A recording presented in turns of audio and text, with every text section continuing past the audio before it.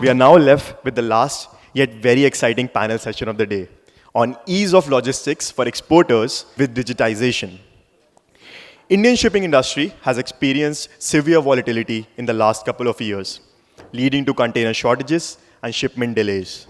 Hence, how can digitization help MSMEs in navigating these challenges? Also, how MSMEs should revamp their operations for the efficient cross-border movement of goods, and how cost-effective is investing in technology for end-to-end visibility of their shipments. Moreover, what are the pros and cons for MSMEs in choosing between digital freight forwarding versus traditional players? Our speakers in the next panel will address these areas and more. Joining the panel, we have first Mr. Akash Agrawal, CEO, Freight Forwarding, DP World Subcontinent. Mr. Agrawal has 20 years of multi-sectoral experience in commercial and operation leadership in the logistics and supply chain industry. The next speaker joining us is Animesh Saxena, the Managing Director and CEO of Gurugram-based export house, Neetee Clothing. Mr. Saxena has been working in the field of textiles and apparels for the last 30 years and was earlier the president of prominent MSME body Federation of Indian Micro and Small Medium Enterprises. Our third panelist for the session is Neha Bhatia, a document cloud specialist at Adobe with an experience of more than 17 years in the information and technology industry. Her focus is on supporting businesses as they embark on their digital transformation journey. She helps them in identifying the obstacles associated with digitizing, paper-based operations, and developing solutions to maximize return on investment. Our next panelist is Ms. Nikita Singla, Associate Director at Research and Consulting Organization, Bureau of Research on Industry and Economic Fundamentals. Over the last decade, she has focused on regional cooperation, international trade and logistics, economic integration, overseas development assistance, and women empowerment with a focus on South Asia. Our next panelist is Mr. Vipin Vohra, Chair of Civil Aviation Committee at PhD Chambers of Commerce and Industry, and Chairman of Continental Carriers, a flagship company of Continental Group, a logistics and freight forwarding company that works with over 5,000 exporters and importers all over the country. Over the years, Mr. Vohra has also been involved with various associations and government bodies under different capacities representing freight forwarding industry. And to moderate this panel, may I please invite Ms. Preeta Misra, Senior Director, Credibility and Business Insights Group, along with ESG and MSME at Dun & Bradstreet India. Preeta has experience of 27 years, including 17 years with Dun & Bradstreet. Earlier, she was the MD and CEO of Business Asia Consulting, and prior to that, she was the CEO of Invest India Economic Foundation. Please join me in welcoming our esteemed panelists up on the stage, ladies and gentlemen. I think he sort of connects always with the audience so well, with the MSMEs, him, having grown and worked so closely with the sector. So, however, I think he set the context in his previous session, and I would like to just link this session with that. So he spoke about friendship, and I would like to just stretch it a little further and say partnership. I think it's very important that we utilize the partnership in the ecosystem. We can't do everything ourselves. That's one. And second is digitization. I think pre-COVID, I think we all spoke about why digitization is necessary. There were always, the thing that came up was the cost, right? We all talked about cost. But I think post-COVID and COVID has taught us that digitization is inevitable. I think it's there in all the businesses. So here I understand the audience is all MSMEs. How many of you have not done anything digitized in your organization? So I don't see any hands up, right? How many of you have done something or the other in digitization? Again, very few hands. Can we show a little more? I know last session, but still. Okay, so I would just sort of at least a few more hands than the numbers for no digitization. So I think digitization is inevitable, and it also gives us an opportunity for growth. One, digitization hopefully brings in more transparency.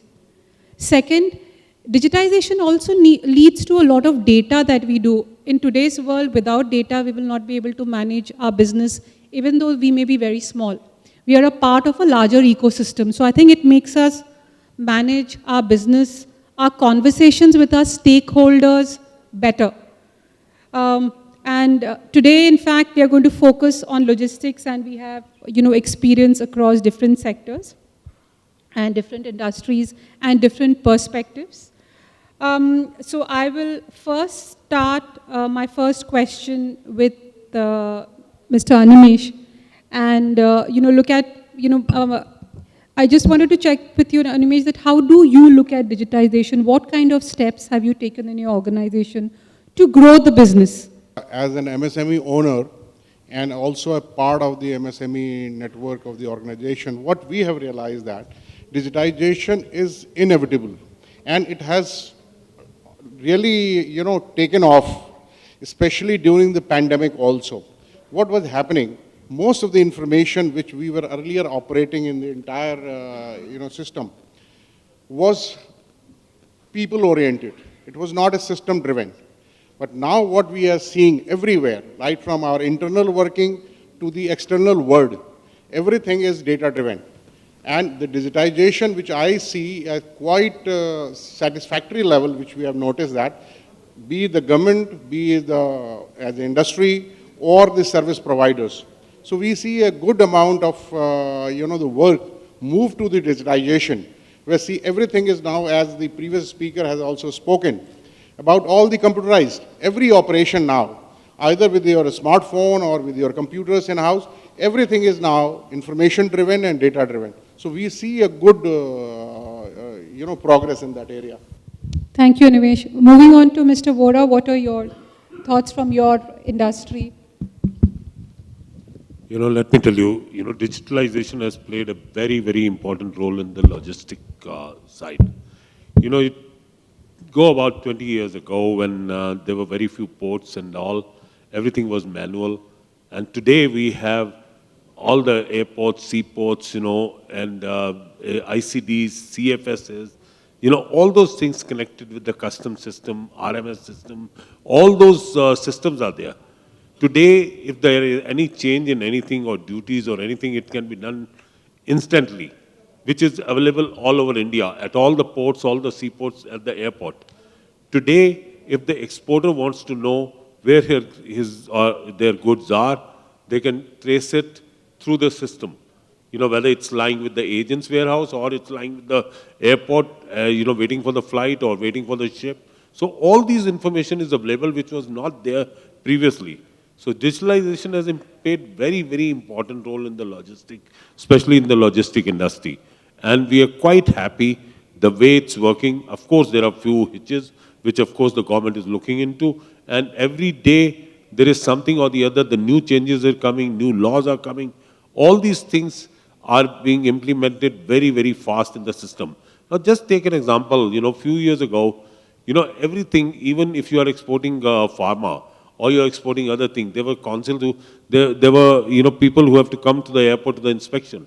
There are 32, different things which needed inspection at the airport. And all seaports, when you are exporting certain goods, leather exports and all those things. Now, digitally, they're sitting in their offices and we are filing the papers. Only when they want to inspect, they're coming to the airport to inspect or seaport to do that. Otherwise, this would not have been possible, to come and physically inspect all those things, especially pharma shipments and all. And, during pandemic, I remember it was 20th of March when they closed down everything and all the airports, seaports, everything was closed. And it was only at 22nd of March, I being, past president of Air Cargo Agents Association, and I'm, also representing, Custom Brokers Association. We have 6,000 members. I got a call at 10 o'clock in the night from Secretary Civil Aviation. He said, Vipin, do something. Tomorrow we want the shipments to be cleared because there were a lot of, this masks and other shipments were supposed to come because they were not being manufactured in India and China or other places, So they said, we need these things to be cleared. We need charters, we need everything. But the airports are closed. So 10 o'clock in the night, it was on 22nd, they said, I don't care how you do it, but you people have to start working from tomorrow. Now, I told him the only problem we have is our staff cannot reach airport and ports because the police is beating them and they are not allowing them to reach there. He said, what do you guys want? Tell us. He said, we want passes to go to the airport and seaports, So he immediately called up someone in the ministry, home ministry or wherever it is. I got a call from joint secretary. He said, Vipin, you tell us how much passes you want all India for your staff and tell your association to apply for passes. And you'll not believe it. By next 7 o'clock in the morning, I had 120 passes for my company all over India. And that, we were the first ones to start work at the airport, at Delhi airport. And then everybody started looking at it. And this was only possible because of digitalization and things like that. Manually, because we had this, everything at home. So we operated almost like from 4 months, operated from our houses. All the documentation, exporter can send us invoices, packing list on the system. We used to file the paper in the customs. We used to, even all the terminal charges, handling charges were, cut from the systems only. Only thing is the shipments which were supposed to be examined, and I must appreciate customs at that time, they were very, very, helping, to the trade. I remember even a 747 charter which we brought, this to Delhi airport was cleared in 20 minutes. This brought, something which was used in making the oxygen. Ecolite, which makes the, and that worked so well. Everybody, even the terminal operators, freight forwarders, everybody worked so well. And that's how, it went perfect, everywhere. Thank you, Mr. Vohra. I think taking a cue from you, and you were talking about the role of government also in the ease of doing business, especially during the COVID years. So, Nikita, coming to you, what kind of changes are you seeing, especially since you work at the policy level with various government initiatives, in improving digitization and making it easier for the MSMEs to do business? Thank you, Preeta, for this question. And at the outset, I would like to congratulate Financial Express for this panel particularly, since it's the only gender-balanced panel we have seen since morning. So I would have said that even if I was sitting in the audience, that we do have women in the logistics sector. I was wondering since morning, where are all the women in the logistics sector? Where are all the women specialists? So thank you, Financial Express, for making this a gender-balanced panel. So coming to your question, Preeta, I think there's a lot happening in trade facilitation in India's journey, and it's actually very hard to keep pace with it. And since India ratified the Trade Facilitation Agreement in 2016, I think the philosophy was what gets measured gets done. And as per that, WTO made it mandatory for the signing countries to actually publicize the time it takes for the release of cargo, both for imports and exports. Because we feel the biggest challenge MSMEs were facing when we would interact with them, and I've been doing this with the government for almost 10 years now, is that they said, we can't predict how much time would it take for clearance of cargo. If I need the cargo today, I would actually get it 15 days earlier and then pay for warehousing and increase my cost because I couldn't do supply chain planning, I couldn't do procurement planning just because the processes were unpredictable. And I think that has changed. And to just give you a number to set the context, as per a CAG report in 2010, it was taking 14 days on an average to clear imports at Indian ports. 14 days. And as per 2022 report that we did, and it's there in public domain on the Ministry of Finance website, just talking about Bombay port, it takes 88 hours. That's little more than 3 days. So we have come down from 14 days to 3.5 days. But I think the mindset for supply chain and planning still goes as per 14 days. We still like to bring the cargo earlier. We still like to take enough buffer, and then that increases our cost. So government has set very clear targets as per this. They recognize there is a difference in imports and exports process. So as an example, the import target is 48 hours of clearance time for sea cargo, 24 hours for export cargo at the seaports. so on and so forth. These targets are set separately for sea cargo, air cargo, land cargo, inland container depots, and accordingly the processes are being digitized. There is a whole slew of measures that have gone into this. And I would just like to name a few. One is Turant Customs that has been rolled out by the government in 2020 during the COVID period. And that actually makes the whole customs clearance process faceless, contactless, and paperless. So that already is a great enabler, a great leveler, because it brings small and large businesses on the same platform. It brings men and women businesses on the same platform, because as you would see 5 years before, you don't see traders running behind customs officers to get their consignments cleared. Right now, the whole customs clearance process is faceless, and you could be actually importing something at JNPT, and there could be an officer sitting in ICD Tughlakabad clearing your consignment, and you don't know who that officer is. So I don't deny that there are no teething issues. There are, of course. The government is trying to address them, but there is a lot that's happening. And similarly, everything is not just done by the government. There are also ports taking their independent measures. I just came back from Bombay 2 days back. I was at Air Cargo Complex, and they introduced something called D-Cube, which is digital docket delivery. And now you don't see importers, running around with huge bunch of papers.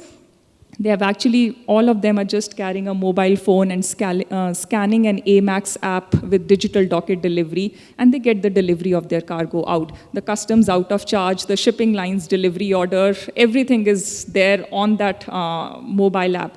So I think a lot is happening. It just, maybe more awareness needs to be there on how to use these measures, and a lot of information is there in the public domain. And I think the trade facilitation journey, the biggest testimony to this fact is how our import clearance and export clearance time has come down over the last 10 years. And I'll be happy to talk more if time permits. Thank you, Nikita.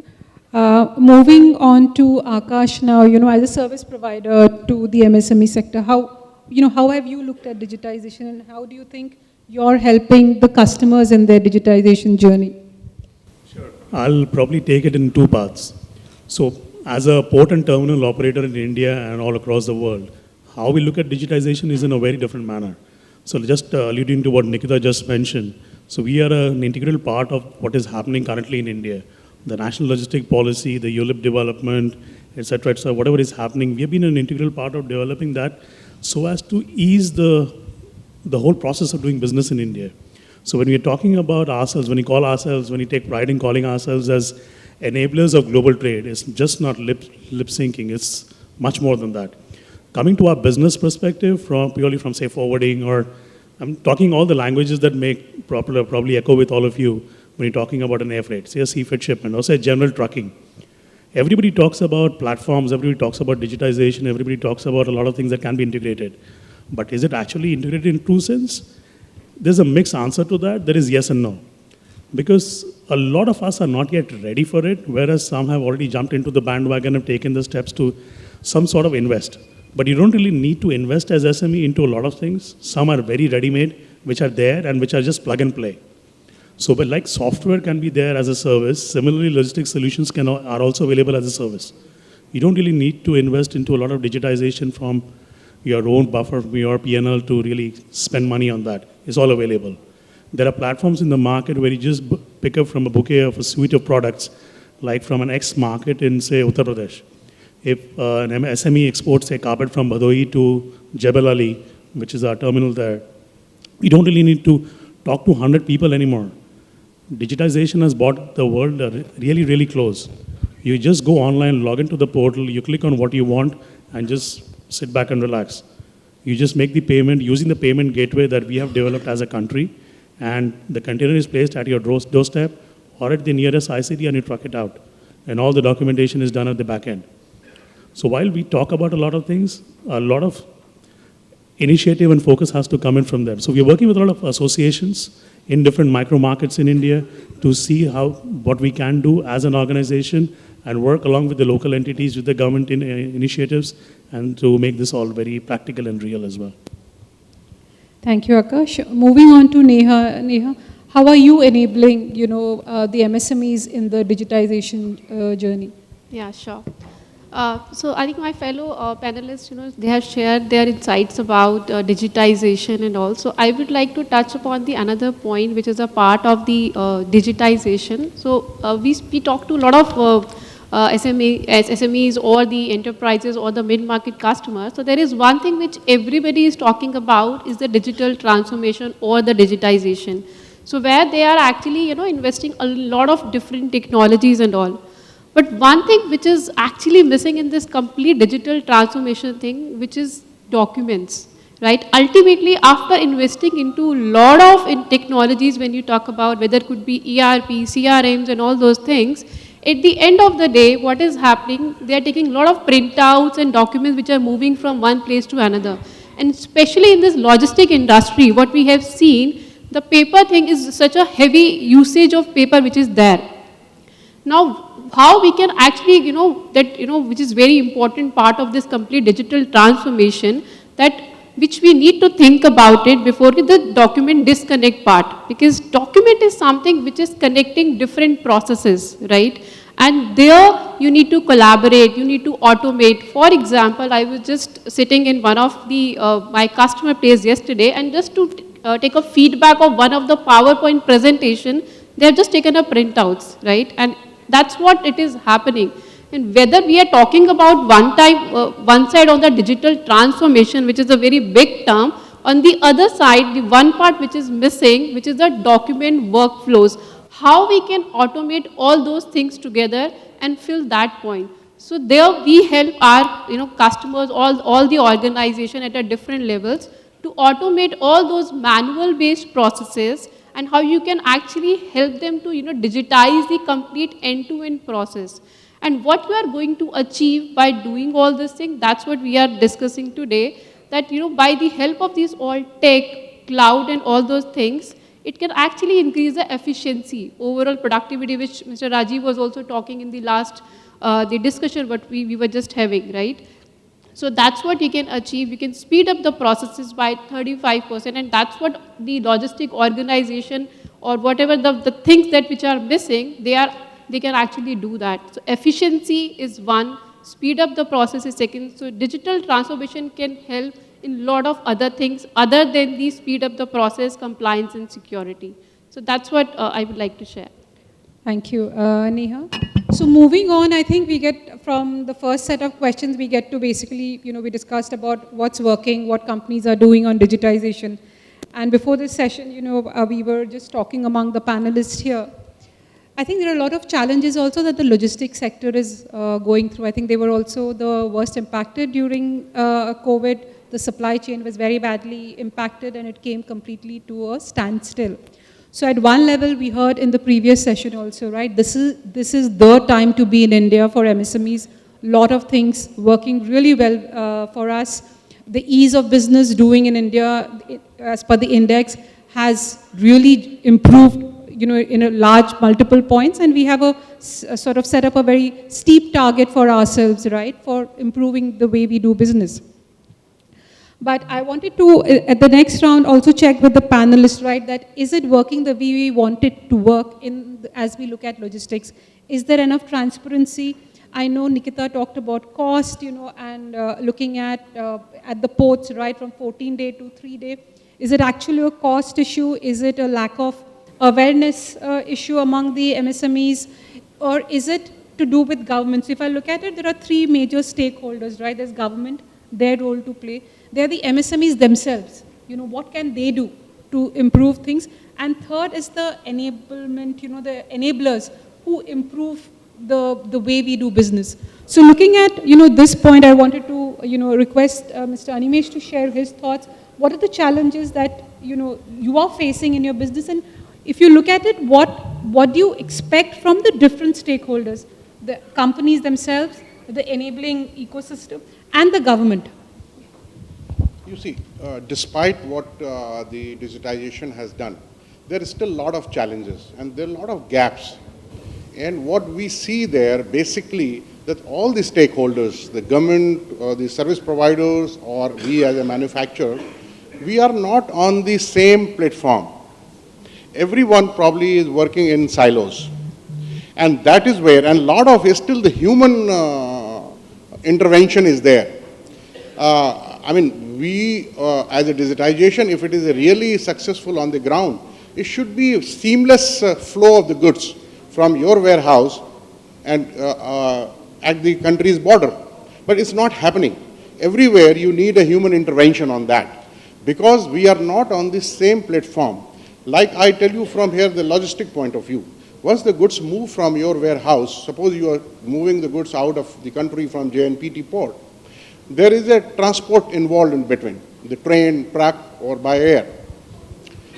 It is a service provider, and you are not sure that what time and what deadline these goods would be delivered. There is still an industry practice, and then there are conditions on the road or conditions at the handling area. So what is happening? Everyone in the process starts taking a cushion in their delivery commitment. Like one of my co-panelists said that India used to 14 days, and even today, from the day the vessel leaves in JNPT, your cargo has to be there custom cleared at least 7 days before.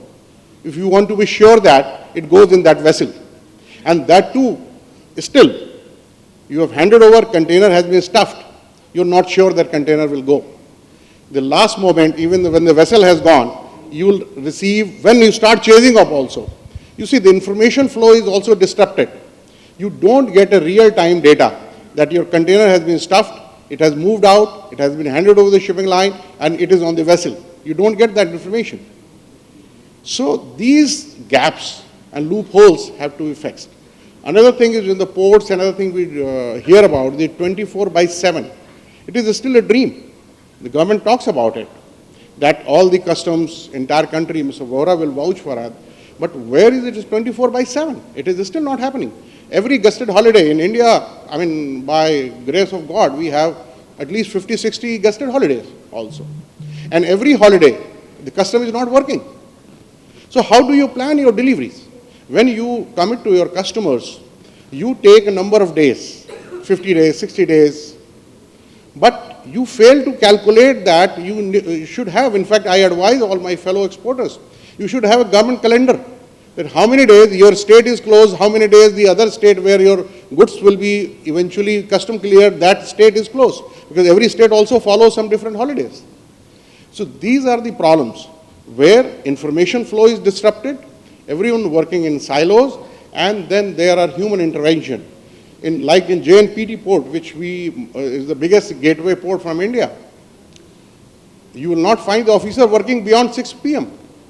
because that port is far away from the city and everyone wants to go back. So 5:30 onwards, the work stops. Imagine a country which is trying for a 5 trillion economy and be a part of global value chain. Where do you accept these kind of service standards? So these are the areas where we still need to work. Thank you, Mr. Animesh. Moving on to Mr. Vohra. See, taking from what Mr. Animesh has just said, yes, I agree on certain things, but there are a lot of things which has already been improved. Like depending on the agencies, depending on the terminal operators and shipping lines, now you can trace your shipment where it is.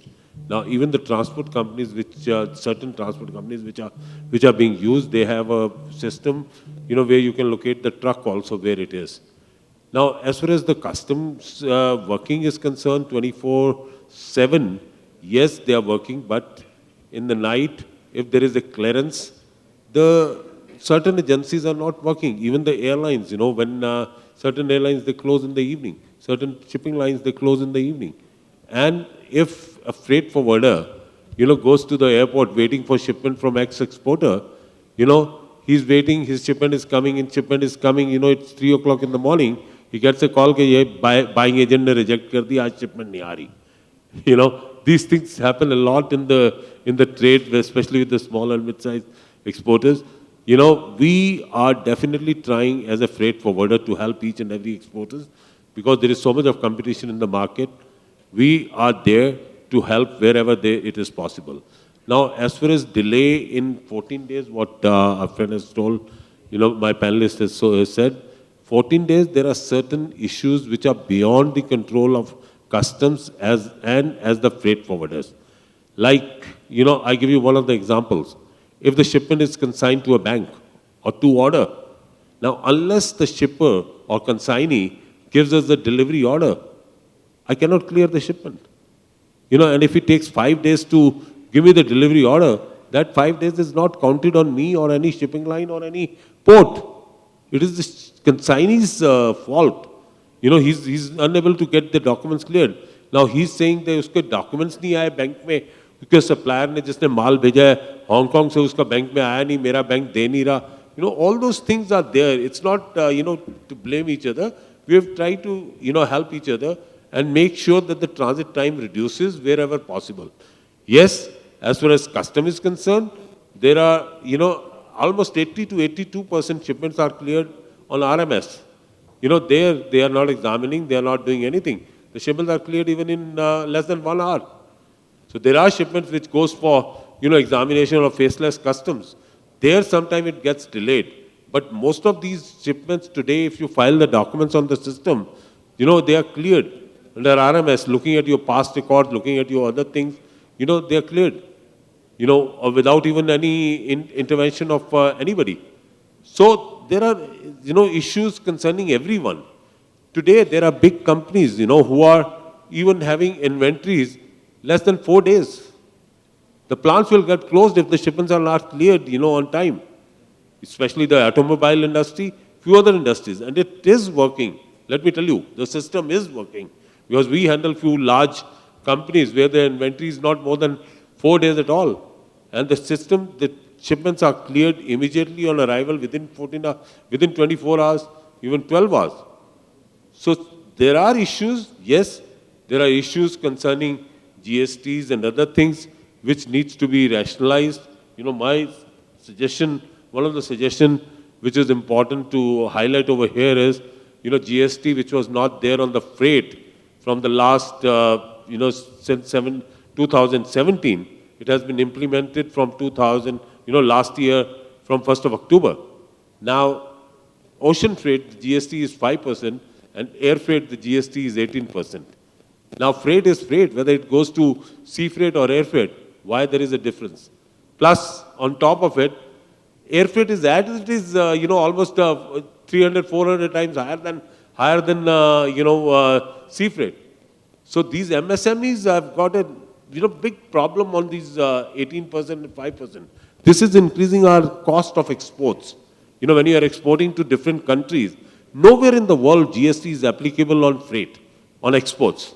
It is only in India which they have got it implemented. Our associations are fighting for it. Plus there are a lot of clarifications which is to be needed. Even place of services and all those things. Of course, we are taking up with the ministry, and we are hopeful that we'll get some solution. But these are the issues which needs to be tackled for making the things easier for MSME. Because today he has to pay. The airlines are charging us, or shipping lines are charging us 18%. We are charging to the shipper, MSME exporters. Now, he will ultimately get, refund. Now, how long it takes, that they are the ones who are suffering. That's what I can say. Thank you. Nikita, you can sort of see from the panel also, right, that there is some amount of contradiction between what, the data sometimes reflects and what's happening at the grassroots level. How is the government looking at it? What direction do you see the policy going? So I think I'll clarify the number that I said, because sometimes it's easy for a number to be misinterpreted. When I said 14 days, that was the import clearance time in 2010. When I said little over 3 days, I meant import clearance time in 2022. I 100% agree with Animesh when he said for exports, you need to have the cargo cleared at least a week before. That is for exports because, you have cut-off period of 24 hours and then the gate opens 4 days prior to it. And then the cargo will move into a CFS or a parking plaza. There it will be for 24 to 48 hours to get the complete clearance. So that is right, but that is for exports, and just the procedures are such, and in fact, we are actually talking to different stakeholders if there is a scope to reduce the cutoff period in, in consultation with terminals. So, but I think on the second point regarding the time taken by customs, I don't represent the government. I'm just saying what I have seen working with the government. All is not well, but I think there is a lot that has improved over the last several years, and one is availability of customs officers in odd timings. In fact, even at JNPT, we see customs officers in different batches doing an 8 a.m. to 8 p.m. shift, doing an 8 p.m. to 8 a.m. shift. At ACC Mumbai, I was 2 days back, and they actually said they noticed there is a peak between 6 p.m. to 8 p.m. for the flight departures that peak at 2 a.m. So they have put in additional officers, additional customs officers between 6 p.m. to 8 p.m.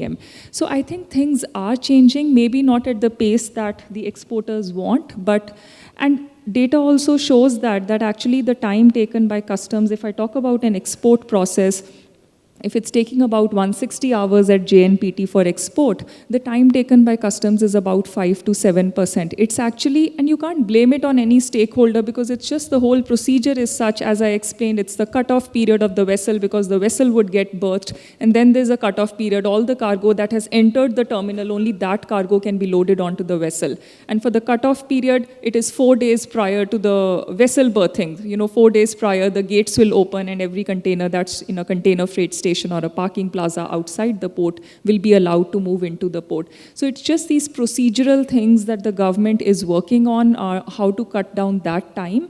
But if we see just the customs time, that's actually about 5 to 10% of the total time. And the third and the last point I want to address is hinterland connectivity and the logistics cost.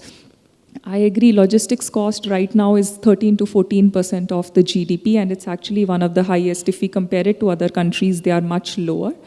And one of the suggestions we have recently made to Neetee Aayog for a research we did with them was, why not increase the share of rail in domestic freight movement?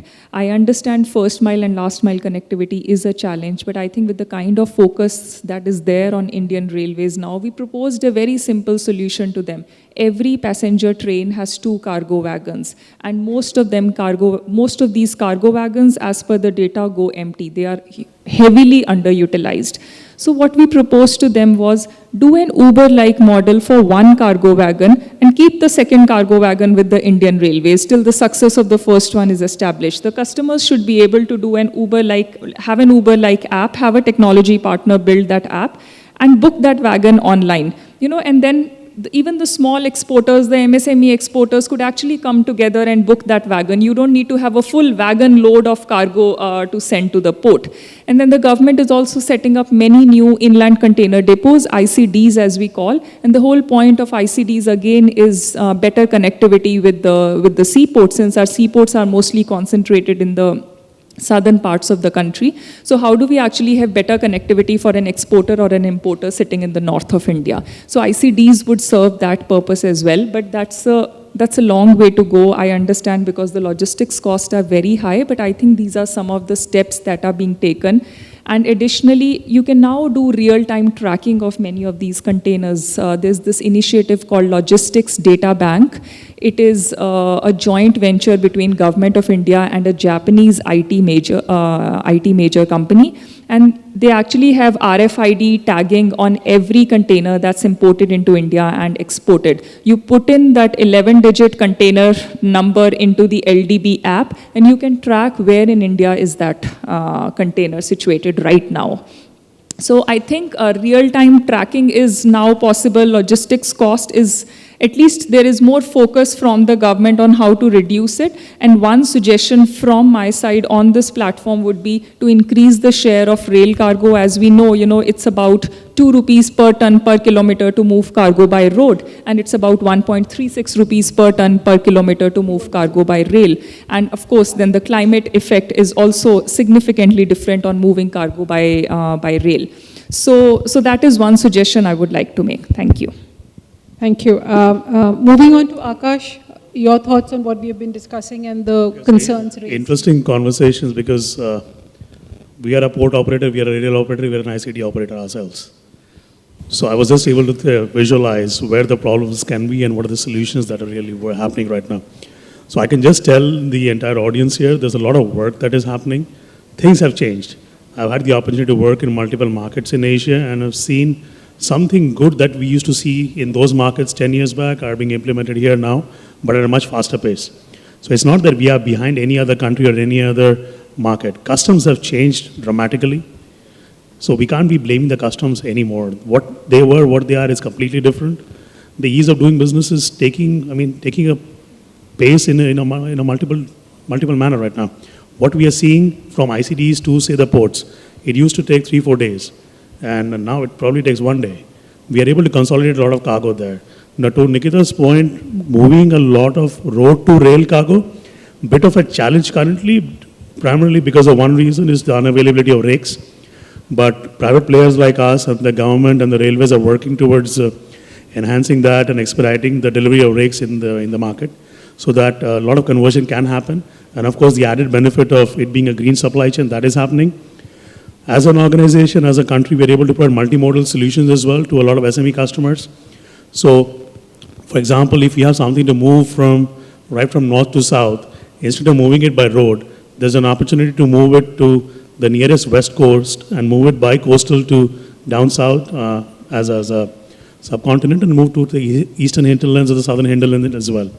There are many mother vessels which call probably, say, Chennai or Tuticorin versus Navasheva, if you're serving the Far East market, and maybe it's not a mainline operator.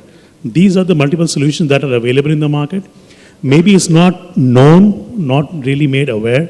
A lot of people may not be using it, but a lot of things are happening. The government Sagamala project is a classic case in example of what is really happening. The inland waterways, yes, it started as an experiment, but a lot of people are using.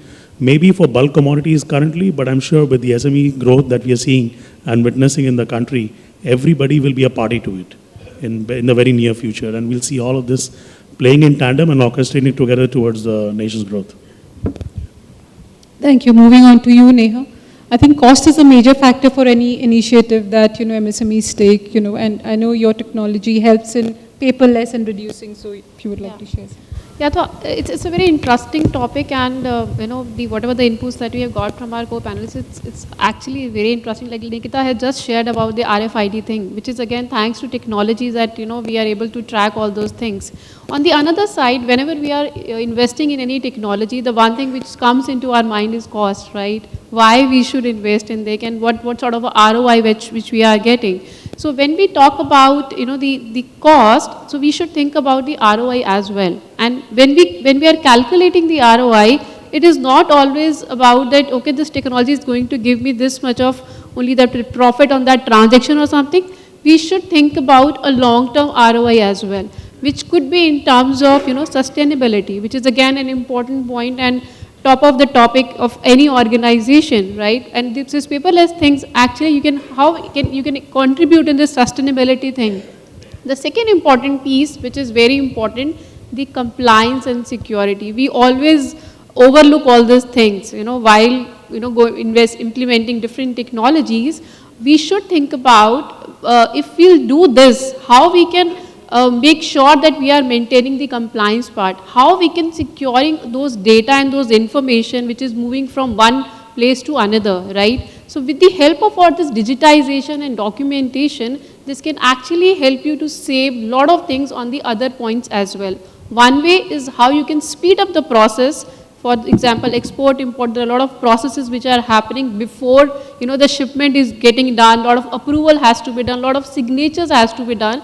How you can digitize all those things. So those things that you need to keep in mind while investing into, and then you will able to justify that cost. And you'll see in the longer term, maybe in 1 year, 2 years down the line, this cost is going to give you this much of ROI, and ultimately you are lowering the cost overall from the process efficiency point of view. Yeah. Thank you. I think before we take questions, Mr. Vohra, I think Mr. Vohra as well as Animesh. Sure. She spoke about it. As an MSME business owner, we see there is no, transparency in the cost. It varies from different service provider, and plus there are a lot of charges, hidden charges, which are not justifiable when we see either export or import both. Import, in fact, if I'm allowed to use this word, we feel sometimes extortion. When you get the goods on a CNF basis, You never know how much you will have to pay just to get a release order from that. There are 20 million charges in the list when it comes, and they're so funny, some of the charges. De-stuffing, decontainerization, and exchange loss, some difference. There's so many different charges because there is no regulatory mechanism. The government is helpless. Government have no say in that, how the pricing is being done. The freight is one part, plus if you see this like airline or the shipping line, there is a basic freight, then there are surcharges, even the security surcharge, the fuel surcharge, and there's so many surcharges on that. So when you are costing your product, you don't know what will be the freight. And that's the very, very difficult part in our costing mechanism, that how we determine that what will be the actual cost of the freight which we have to pay and what will be the handling cost in between. Even if Mr. Vohra, don't feel it offended, but when we get a quote from a different freight forwarders, there is a variation in the freight. Like if we talk about the sea freight, the terminal handling charges.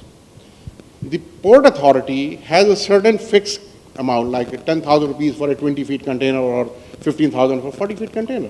But a freight forwarder charges you on the per CBM basis, irrespective your cargo is full 20 feet or 40 feet, because he is consolidating for you, so he will never give you a container-based THC. They will bill it on a CBM basis. And that CBM has no relevance what is the port authority charging. So there is no transparency in that. We have been as an association talking to the government, you have to create a price regulatory mechanism in that also. So that, there we should know that what should be cost. And MSME owner, we have a very little bargaining power. We have to accept whatever that person is. And import, you are almost, you have no choice. So these are the areas which needed the intervention from the government. So, just to take what she has mentioned about the railways and all, I've been attending meeting with the railways. There's a joint venture, there's some type of alliance which has taken place with India Post and Railways. I attended the meeting last week. They have started 4 trains, So previously what was happening, I've been attending meetings from the last 6 months. They were only ready to sell full regular loads, which carries about 24 tons of cargo. Now only these big players like steel industry, cement industry, and all those people were only using railways. And very few people were using for the small shipments. But now, like airlines, they have also come up with the, with small pallet rates and small container rates, even per package rate. Now they are ready to carry, up to 10 kg to whatever kgs you want. And these rates, which is announced by the railways, is like with the help of India Post. Now you can just call up. It's all on their site. If you go on the Indian Railway site, you'll find the rates. Sometimes even it's 5 rupees a kg, whereas you are paying transport. If you send the goods, it will cost you about 14, 15 rupees a kg. The only thing is the railway has to advertise these things, in a more better way. Now even they are starting putting one wagon with all these, Rajdhanis also. They are ready to put those trains, one bogie with those trains. Of course, there is a lot of things happening in railways also to compete. And other way of mode of transport is inland waterways. That is also coming. Even now they have started from Varanasi to Calcutta and all those things, which is definitely going to reduce the logistic cost. This is happening all over. Everybody is thinking, whether it's railway, inland waterways and all, there is competition. And the government wants these things to happen to reduce the logistic cost from air freight or transport companies to these things. Now, taking what Mr. Animesh has said, yes, on certain things I do agree with him. There are, if you take few years back, the airlines, the terminal operators, everybody used to have one single thing, or 2 items in a bill. One was freight, and the other was, maybe airway bill charge or anything. Similarly, the shipping lines used to charge only, freight and one or other charges. Today, they are charging in 10 different heads. Similarly, if they are charging 10 different heads, we have also to charge, same charges on your bills.